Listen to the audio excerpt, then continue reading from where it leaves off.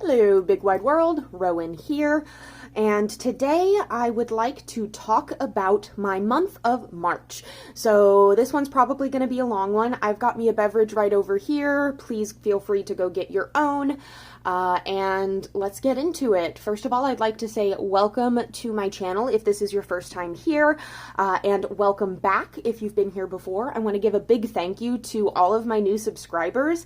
Every single time that number goes up, I get so excited because that means somebody else is like connecting with me, and I cannot express how much that means to me. Like the fact that anyone would sit here and listen to my dumb voice and watch my dumb hands and choose to get more of it, like that's just amazing to me. So thank you so much. So let's get into the month of March.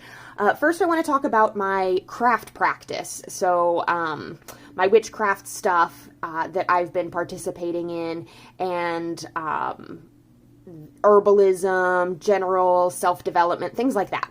So the first thing that I want to bring up is that in the month of February, I began working on basically a self-transformation ritual. Let me get my grimoire.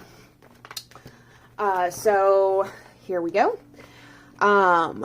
I developed and then worked through a ritual that was intended to help me become a better version of myself. What you see here is not everything that was performed, but it is most of it. There are some things that I ended up adding into the ritual to enhance it as I went along. But the long and short of it is that I am trying to quit a vice. I'm not trying to. I am quitting a vice. I have quit, and I'm currently going through the detoxification period, and it is rough, but it is necessary. So the long and short of it is I have been smoking, or I had been smoking weed for years. Sorry, trigger warning, drug use. I have been smoking weed for years, and I'm ready to get out of it. I'm ready to not be wrapped up in a blanket of smoke all of the time. I am ready to feel my feelings and work through them. And I'm being medicated for my mental health and my migraines, and I was self-medicating with weed to try to cope with those. So now that I'm actually properly pursuing the correct routes for those things, I don't want to be continuing to depend on marijuana when it could be hindering the results that I get through the more medical avenues. Now, I know some people really enjoy the alternative routes. That's fine for you, but for me, my use of weed had gotten to the point where it was making me more anxious rather than helping my anxiety. And I found myself smoking not because I wanted to be high, but because I wanted to do the act of smoking. And it was impacting my life. It was starting to get in the way of the things that I was doing, and I was leaning on it more and more when I should have been dealing with my stuff. And so I just decided, my husband was also quitting, and I did not want to exist stoned while he was sober. And so between the two of us, it's been really, I don't want to say easy, but easier than it could have been because we're both on the same page with it. So I've been going through that. And so this self-transformation ritual really helped me to start implementing better habits before I cut the weed out. So I started getting back into my yoga practice, getting back into reading, painting, working on my hobbies, just spending more time expanding who I am as a person and expanding how I spend my time so that I have alternatives to do when the boredom hits, because that's a big thing. When you smoke weed, you become okay with being bored, and I'm pretty sure I have undiagnosed ADHD. My father has a diagnosis and I do not. Nobody ever got me tested, so I don't know for certain. I'm pursuing it, but it's a long process. But I boredom is physically painful for me is what I'm getting at. And so I've been ignoring that for years by self-medicating, and now it's time for me to face the fact that I'm not doing enough with my life, not because my life needs to be full of accomplishment, but because my life needs to be full of joy. And boredom, being complacent with boredom is not joy. So we're moving beyond that. We're pursuing some new things. So the self-transformation ritual that I did began with this. I made this back in February. This is the Fuck Your Bullshit Banishing Elixir. And I'm not going to tell you everything that's in it because that's my business, not yours. But what I did, the long and short of the ritual is over the course of a moon cycle, I made a scrap piece of paper that I had stained with tea, and on it I developed and wrote a sigil that represented my personal transformation, and I put my given name and my chosen name. So my given name was on the inside of the paper as I folded it up on top of the sigil for transformation, and then my chosen name was on the outside of the paper, swallowing the given name that I have and the sigil itself, so that like this idea of my new self folding around my old self and fully integrating those two parts of me into one. And I regularly dipped the paper into the banishing elixir, and I charged a candle with herbs, sigils, and intent for my own personal transformation. I worked with Hecate and Aphrodite energy for this, as well as the horned god. I worked with my familiar spirit. I did some spirit flight, and I spent a lot of time meditating and journaling, and I'm still, like, just because, so the ritual took about a month to perform, and just because I'm done with the ritual doesn't mean that the development is over. Like, the magic part of it has already been implemented and is moving in the world, and now I'm just doing the real world stuff some more. So I've already built up some positive habits like yoga, reading, journaling, etc. Painting, I'll get to more of that in a little bit, but I've already been building up these positive habits, and now it's just a matter of like the actual quitting, which again, I have completely cut out actual flour. I do still use Delta 8 vapes, but those are going to get weaned off eventually as well, and I no longer, like, I'm working on not letting myself be using those vapes during the day, so that I only take a couple of hits at night to help make sure that I can still build up an appetite and sleep. So we're slowly weaning off, and I know that it's going to be harder. I've already found myself drinking more than I would like, so I'm keeping that, or I'm trying to keep that in check as well. And if it comes down to it, I would rather return to marijuana than develop an alcohol problem, but right now I'm trying to quit. So that's a lot about my personal life that probably the internet didn't need to know about, but there it is. So let's move on to some other things in my practice. So I did do some herb crafting. This is one of the larger herb crafting projects that I did. This is a general health tonic. It is apple cider vinegar and then a bunch of general health herbs. I say a bunch of, it's a few specifically chosen ones.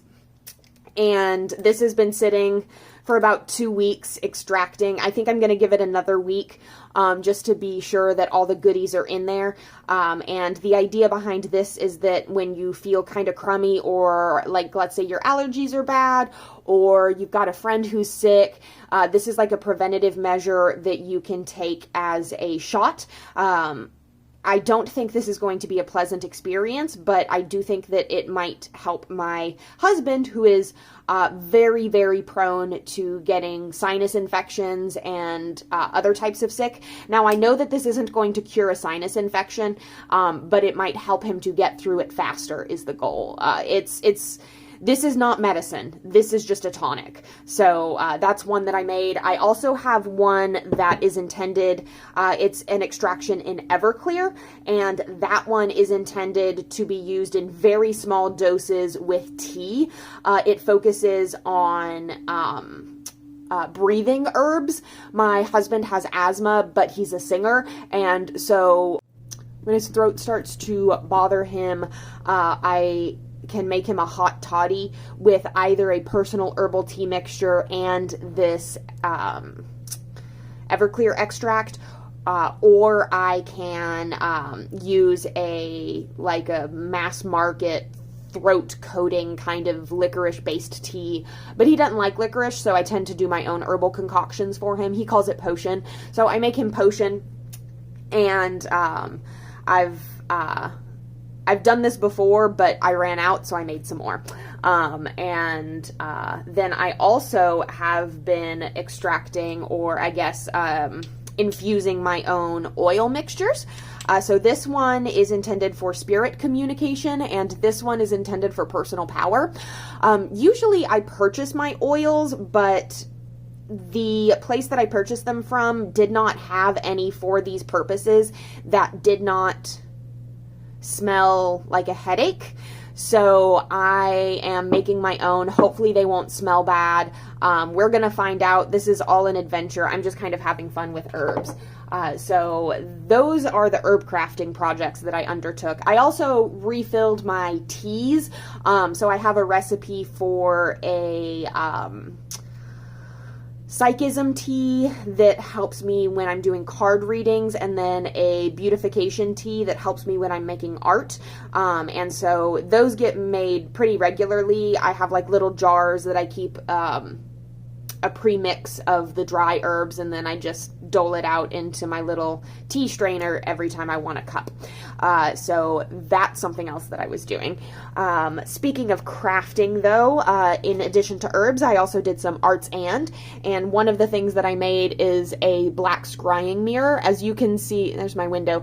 As you can see, it is covered in fingerprints right now. It really needs to be cleaned with some Windex and then mugwort water, but this was a project that I finally undertook after I watched the Hearthwitch video where she made her own scrying mirror. I had been thinking about doing it before that, but only because she had mentioned how to make it in the past, so I'm going to give credit for this project to Hearthwitch. I have not yet used this for its intended purpose. So on the back, you can see that I broke the whatever this is called. It's a very old picture frame. I've had this since I was probably like 12 or 13 years old. So when I went to try to put a bundle of my familiar's hair or fur, a bundle of my familiar's fur, underneath this plate between the glass and the support, it broke. So I had to glue it back together, and now I'm going to have to find another way to put his fur in here when I want to use it to communicate with him. I've got a couple of ideas about how I might go about that. So all is not lost, but that was another project that I worked on. I also want to mention I went on a quest to try to find a good wine for offering. I was looking for, I believe it's called Commandaria, which is a type of like very, very old wine recipe that is native to the island of Cyprus.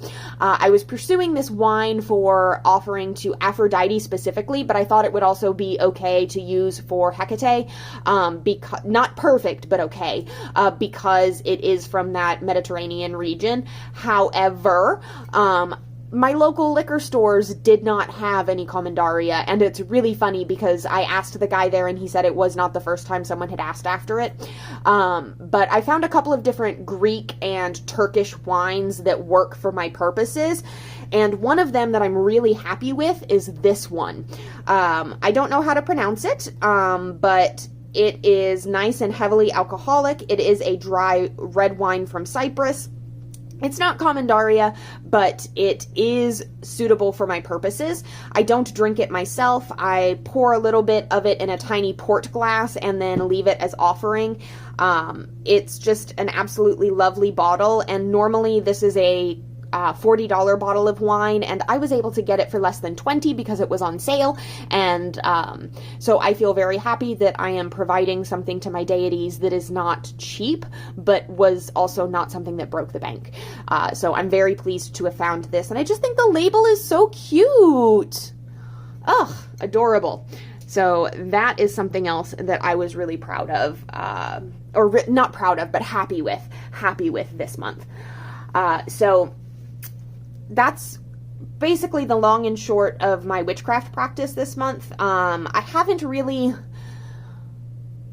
for the past couple of weeks, I haven't really felt, well, I say a couple of weeks, probably just for the past week, I felt really detached from my craft, and then my period started, and so that's what that is.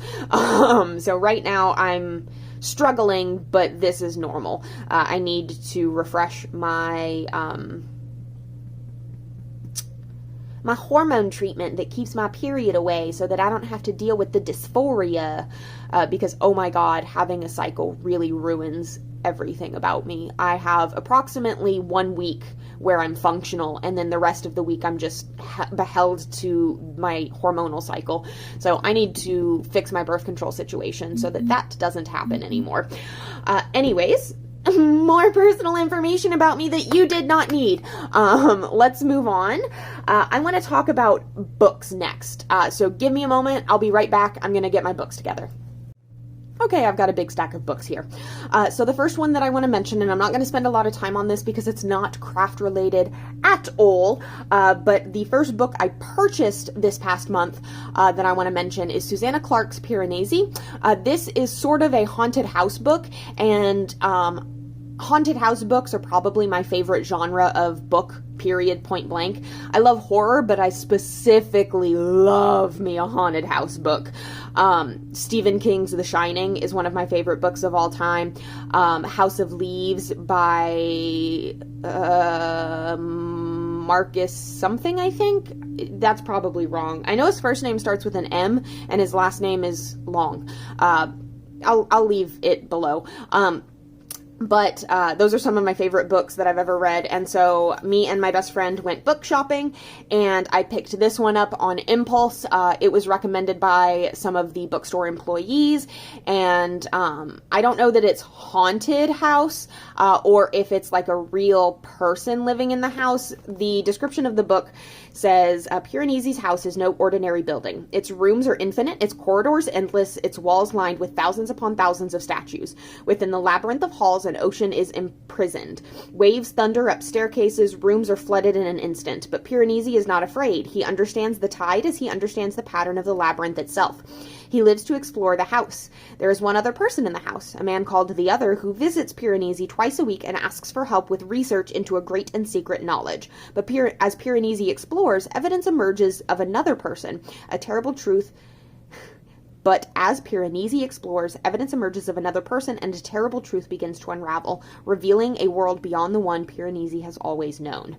So this one, I'm super excited to get into. I'm hoping to read it in the month of April, but I'm really bad at finishing books. It's not super long, so I think I can tackle it. Like, the font is not itty-bitty, so I'm hoping to get this one smashed out. It might take me as little as a week, depending on how good it is, but realistically speaking, it'll probably take me all month, because I'm not as good at reading as I used to be. So that's my fiction book. Oh, The Haunting of Hill House by Shirley Jackson. Oh my God, that's another one of my favorites that I didn't mention. Anyways, several of my witchcraft books are here on my Kindle, so one moment, let me pull up one that I finished. So the only book that I finished this month is Yoga for Witches. Let me go to the homepage.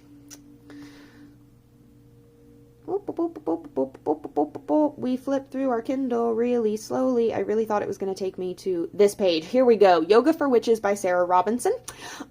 This was a book that I had purchased on Kindle a long time ago when it was on sale.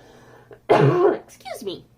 And then Annette from Project Refine Life mentioned it in one of her videos, and I was like, let me go ahead and read that. So I did. It was good. It wasn't the greatest witchcraft book I've ever read, but it was beneficial. I definitely got something out of it. It is a book that really returns you to this beginner's mindset, not because the information in it is explicitly beginner information, but because the author approaches it with such a down-to-earth, digestible attitude that the book is really easy to blow through. It took me a while to finish it because I did get bored at one point, but that's not the fault of the author. That's just a me problem. Again, undiagnosed ADHD is probably on the table here. But Sarah Robinson's Yoga for Witches, I did finish that this month and I enjoyed it. Another book that I've got 3 more books here on my Kindle that I want to show you. The next one is one that I'm currently tackling called, one moment.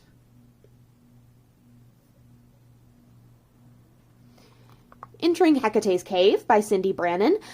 This is a sort of combination witchcraft self-help psychology book. Cyndi Brannen is a psychologist or a psychiatrist. I'm not certain which. She might even just be a counselor, but she does have psychological training. And so I don't hate the existence of this book. The crossover between spirituality and self-help is a very murky territory that I don't like to spend a lot of time wading through, but I have read one of her other Hekate books, and while it does frustrate me that she frequently presents her own unverifiable personal gnosis as fact, I do appreciate that there are people out there who are still writing their own experiences. I just wish that she would highlight the differences or highlight when she mentions historical information versus personal gnosis. That is one complaint that I have, but that's not really relevant to this book so much as it is the previous book of hers that I read. So she's got, oh goodness, one moment. She's got Entering Hecate's Cave, Entering Hecate's Garden, and, pulling it up now, hold on. Keeping Her Keys, Hecate's Modern Witchcraft. Let me pull that one up. That one is one that I have read and did enjoy.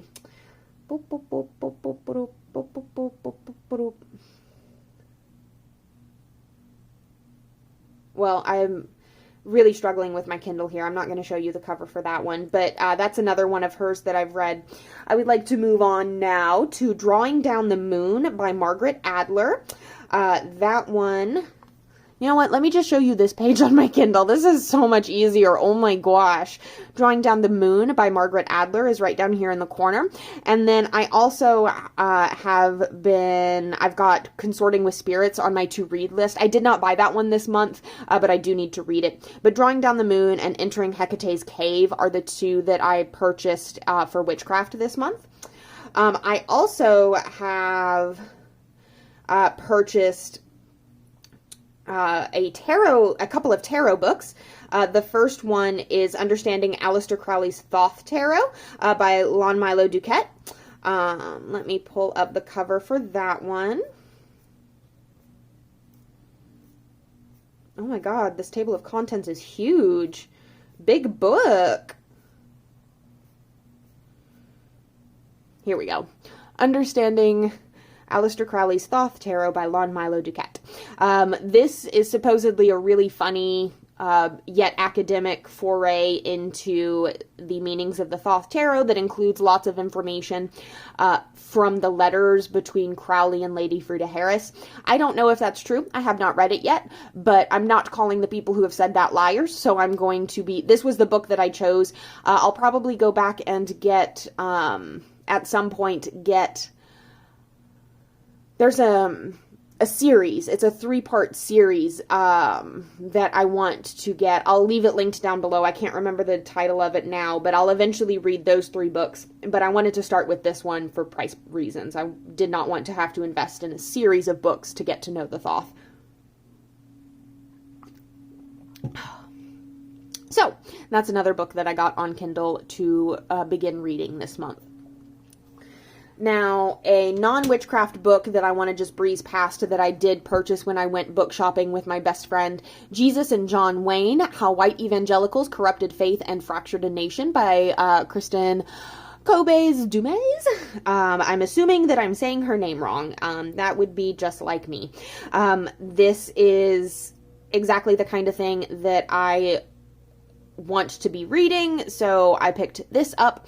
I don't think I'm going to tackle this one this month. This will probably wait, but I did purchase it this month, or I purchased it in March, so I don't think I'll be reading it in April because I've got a lot of other stuff on my plate that I want to read first, but this one is here. This one has little text. Ooh.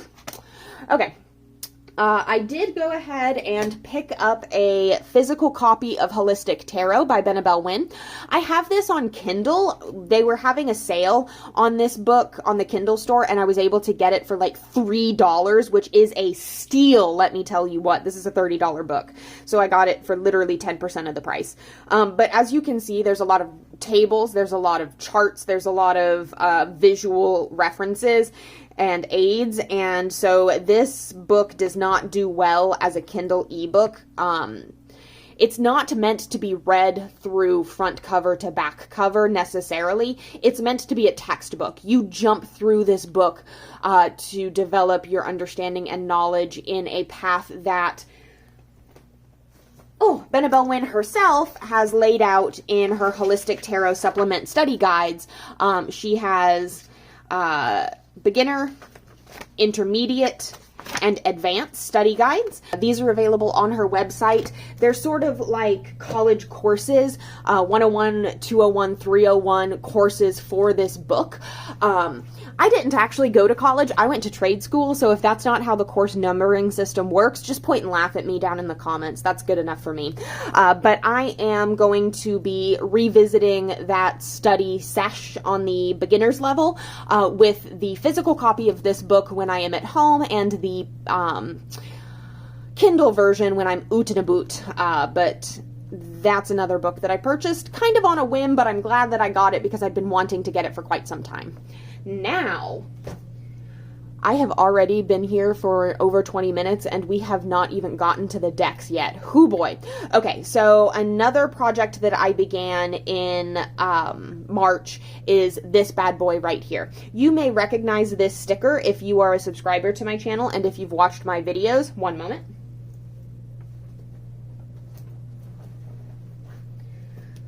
Does this look familiar to you? Because this is my tarot card studies and analyses notebook.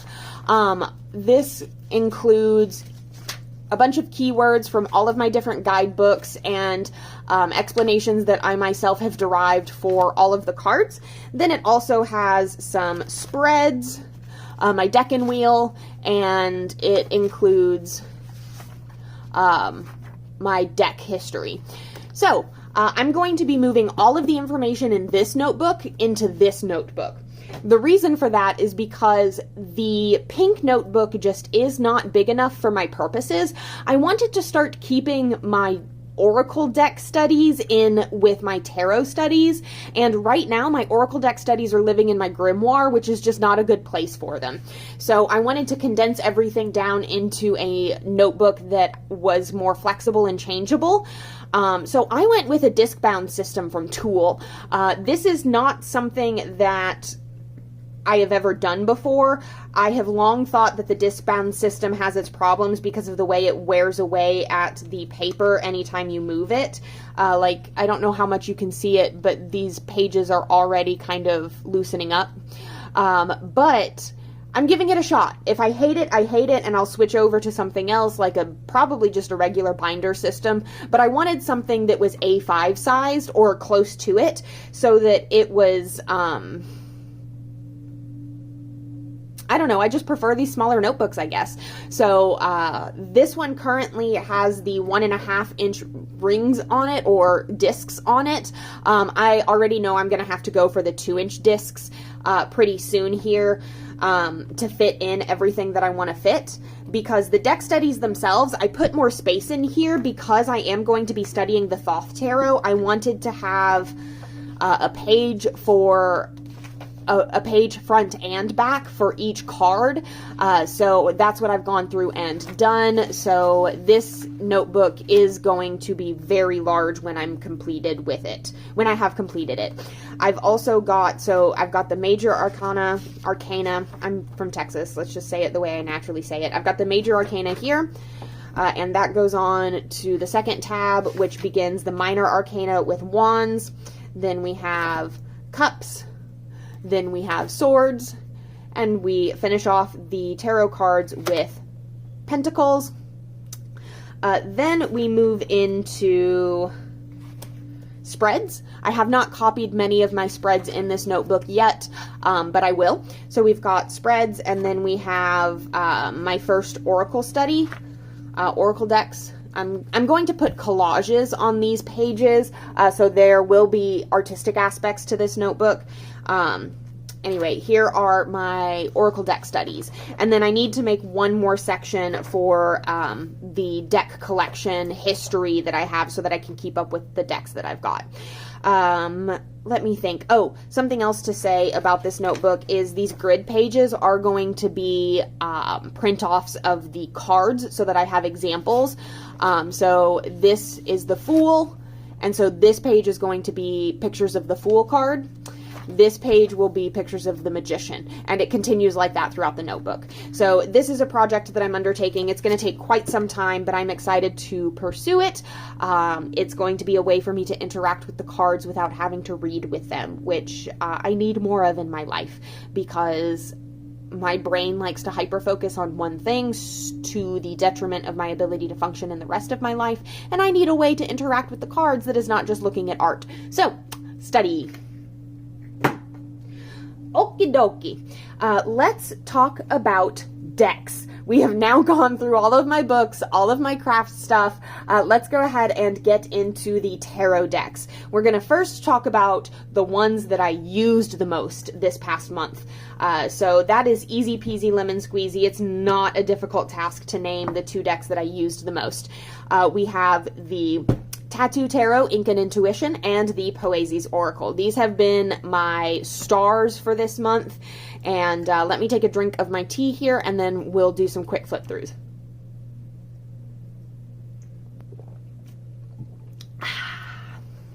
Alrighty, so the Tattoo Tarot, Ink and Intuition is one of my favorite decks in my collection. I don't know if that's just because it's new to my collection compared to most of the other ones, but it's a pip deck, and I find myself turning to pip decks frequently. It's a little bit on the big side, but I love the artwork. I love the muted color palette. I love everything about this deck. I use it all the time. It has taken over my tarot notebook. It's absolutely stunning. It's not quite Marseille. It doesn't adhere to the traditional Marseille visual structure, but it gives me that feeling of modern Marseille. Like I said, it is not, but I love it in that way. Let me see if I can find one of my favorite cards. Hold on. Oh, this Hermit is so simple and so perfect. I love him.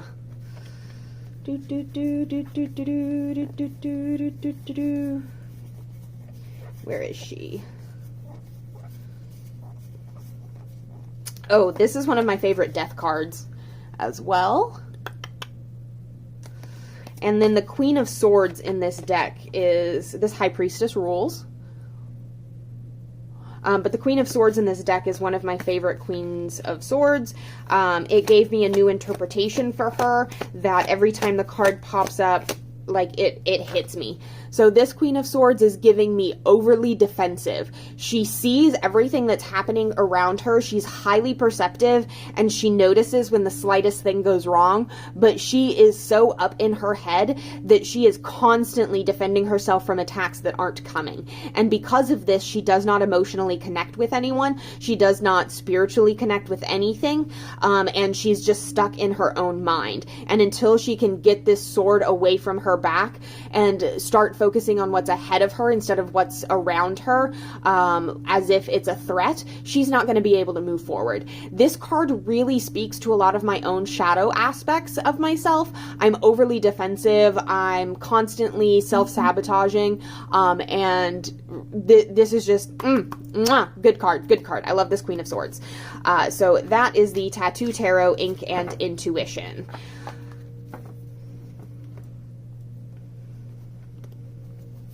Next, let's take a look at the Poesis Oracle. This one, everyone and their mother has been talking about. Technically, I think I got this one in February. However, just like the Tattoo Tarot, I worked with it all throughout March to the extent that my other decks got fully neglected because it just resonates so hard. I didn't expect to adore it as much as I do. That has been happening with a lot of decks lately. I've realized that what I think my personal taste is not what my personal taste is, and as such, I'm really developing a collection that is surprising me. And this deck working so well has made me decide that I will be getting the Reclaim Oracle once the creator has it back up on her shop. Because that one I stayed away from because the artwork was so simplistic. I didn't think I would have anything to jump off of, but this deck has taught me that that is false. This deck just opened up my eyes to what minimalism can do in cards. I love minimalist artwork, so I don't know why I thought that I would not appreciate it in the form of a tarot deck, or I guess an oracle deck, but that is an assumption that I had about myself that is being challenged because of this deck. It's single, this is one of my favorite cards. There we go. This is a very simple deck. I don't even go to the poetry most of the time, which, by the way, I will have a PDF of the online exclusive guidebook that this deck should come with. I'll link that down below so that you can have it if you want it. But I rarely go into the poetry. I find this to be surprisingly intuitive given how simple the card designs are. So I'm very impressed with this. It has opened my eyes to what my tastes actually are rather than my expectations thereof. So, the Poesis Oracle. Now, let's talk about decks that are new to my collection this month.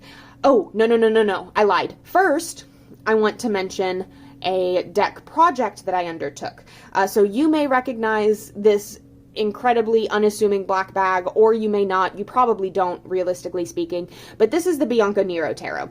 And I went ahead and I trimmed this deck. I have never trimmed a deck before. This one was my first attempt. And I've left the sharp corners on. I don't know if I'll take them off. I quite like the way it looks with the sharp corners, but I don't like the way it stabs my little fingies. So we've got to figure that out still. But I'm very happy with how the trim job went. Trim job. I think it looks amazing. I'm so happy with it without the borders, and I'm probably going to edge it in black now that it doesn't have those solid white borders all around it. This is just a really good straight shooter of a deck. Obviously, it's in black and white, so if you are a little whore for color, this one's probably not going to be for you. I am a little whore for color, so this is like the only true black and white deck in my collection at this time, and every time I see another black and white deck, I go, I've got the Bianco Nero. So it keeps me from buying decks that I don't need, but it looks so good without the borders. I think it looked good with the borders, but I had a reason for undertaking this project, right? Like, I didn't just chop off the borders for funsies. It was a practice session, because one of the decks that I bought this month, even when I bought it, I knew that I was probably going to have to trim it for it to be functional to me, based on something that Cassandra over at A Riffle in Time said on one of her videos, and that is the Somnia Tarot.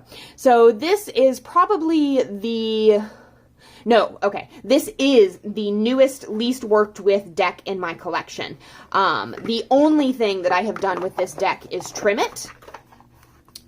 And I did not do a particularly good job, which is a bummer because I specifically practiced on the Bianco Nero so that I would not mess this one up. As you can see here with the edging, there's blue on some of the cards indicating that the trim is not even across the entire deck, like those lines that you can see. That's where the trim is too close to the decoration on the back and the color shows through. You can even see on this card right here how it's not quite even. So I'm really frustrated with myself for that. This is an indie deck. I spent good money on it to mess it up, but it's perfectly usable.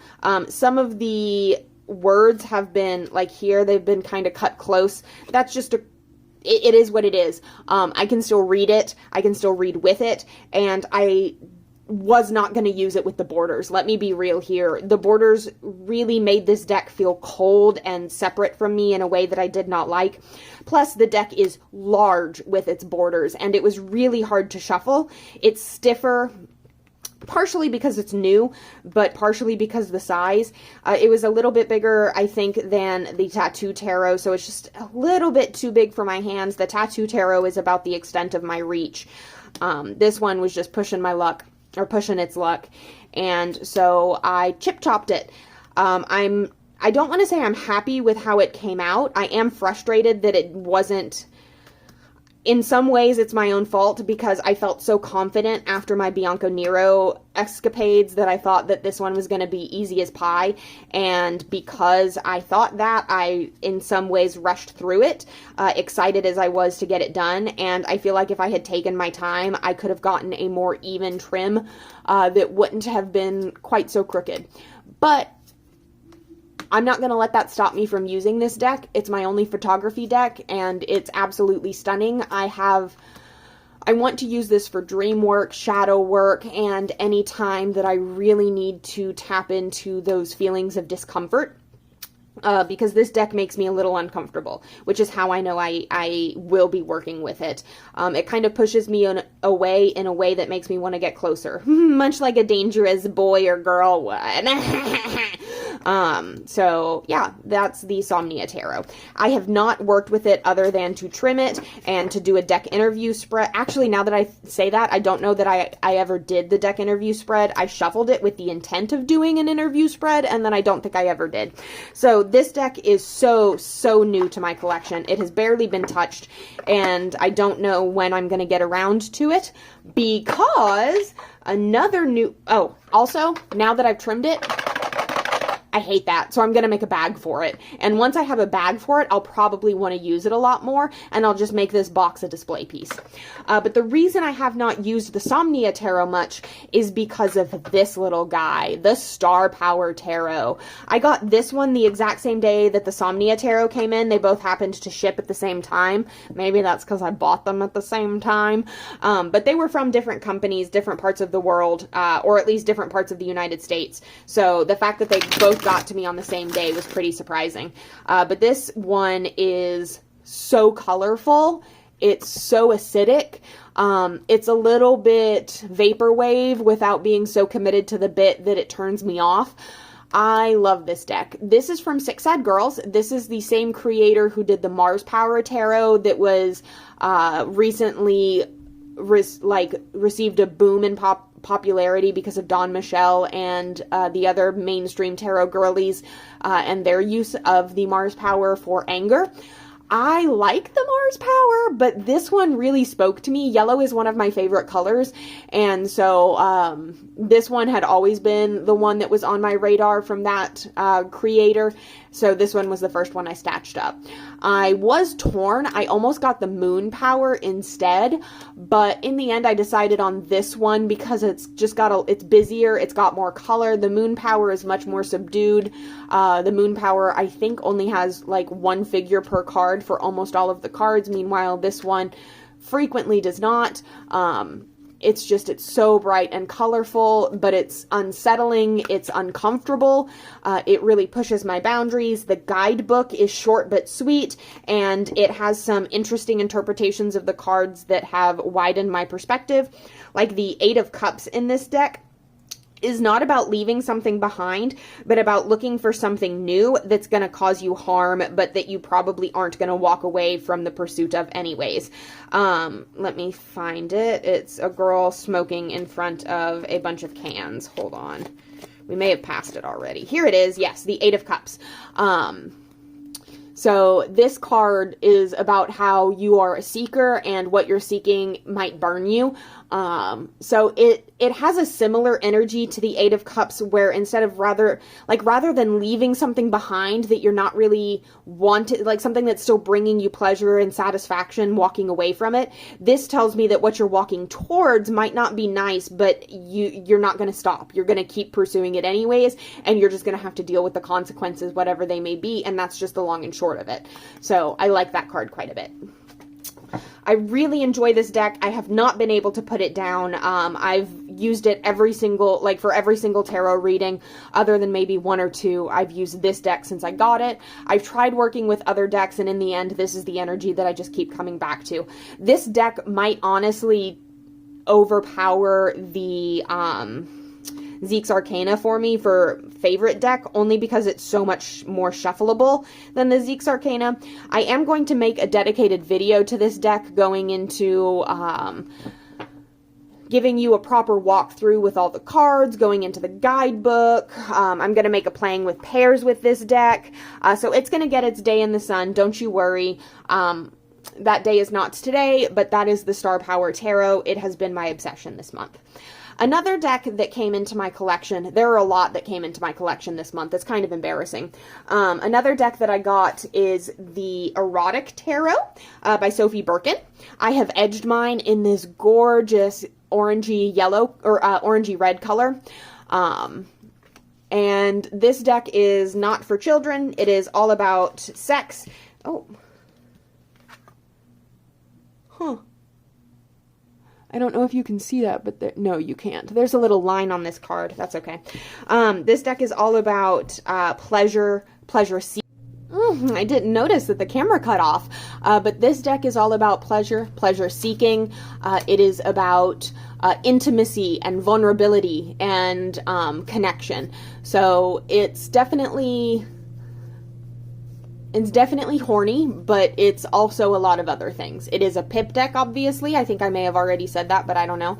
And I have thoroughly enjoyed having it in my collection, and up until once I got it, I started using it immediately for communications with Aphrodite. I have a whole video on this deck. I'll link it down below. But the long and short of it is that it has a job, and so I haven't been using it as voraciously as I have been using the Star Power Tarot.